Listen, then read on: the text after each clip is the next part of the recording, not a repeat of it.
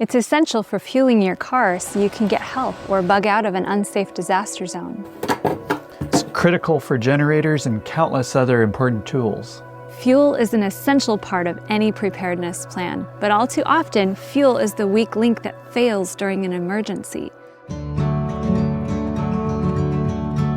Fuel can go bad in as little as a few months, but it doesn't have to. We've personally stored hundreds of gallons of gasoline for as long as 6 or 7 years with excellent results.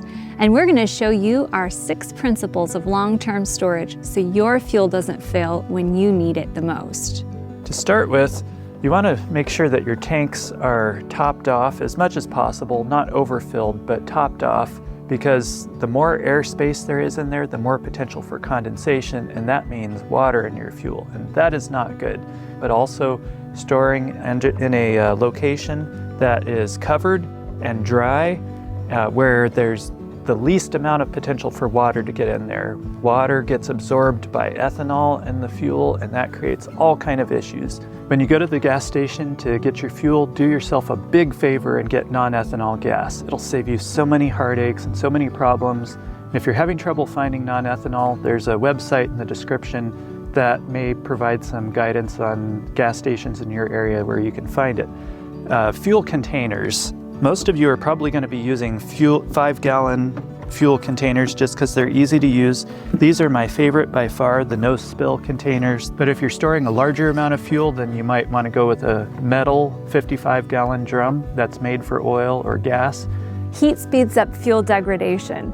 So if you live in a hot climate, there's not much you can do about it. So don't worry too much. But anything you can do to keep it cooler will help extend the life of the fuel. For instance, keeping it in an open-air shady spot instead of the direct sun. Okay, it's time to talk about carbs. You know, we don't get enough protein in our diet. Wait a minute, you're talking about carburetors? Oh, that's right. Okay, so if you have a non-fuel injected small engine, the gas in there is going to go bad so fast. If there's a fuel cutoff switch, cut the fuel off and then run it until the engine dies and you've just burned the fuel out of the carb. But if there's not a cutoff switch, then I'm just gonna dump the gas out of the tank. I'm gonna start it up, run it until it dies.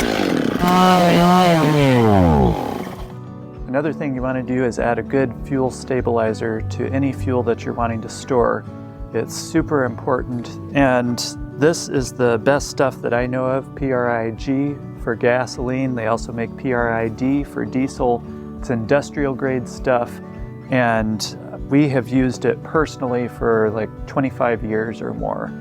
And they claim that if you treat the fuel once a year with this stuff, that it will keep indefinitely. Now, I know from personal experience that we have stored fuel for up to 6 or 7 years with PRI-G, and it ran in the car fine. It did great, and that was in hot, humid conditions. So I'm really sold on this stuff. And it's super concentrated. 1 ounce treats 16 gallons. So if you're treating a 5-gallon container like this, it's going to be a little over 1/4 of an ounce. And so it's really easy to measure out here, that sort of thing. And then you dump it in, and then you want to mix it in. This would be ideal to do while you're filling the container up. So you dump it in first and then add your gas.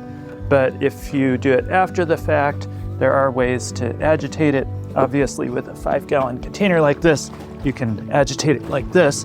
But even in a bigger container, you could use a hose and blow some compressed air in or something like that to agitate it and stir it up. Just remember, your fuel stash won't last forever. If an emergency lasts long enough, you'll need to either buy more fuel or be able to take care of your necessities without it. But in the aftermath of a disaster, there's no replacement for it, and fuel-powered tools and vehicles can make impossible things happen. So let's get started with this important step and put up a reasonable amount of fuel and do the best you can to implement as many of these fuel storage principles as you can. And you'll find links and helpful info on the 521 resources page by going to thereadylife.com/521. And we'll see you tomorrow for the next day of the 521 Preparedness Plan.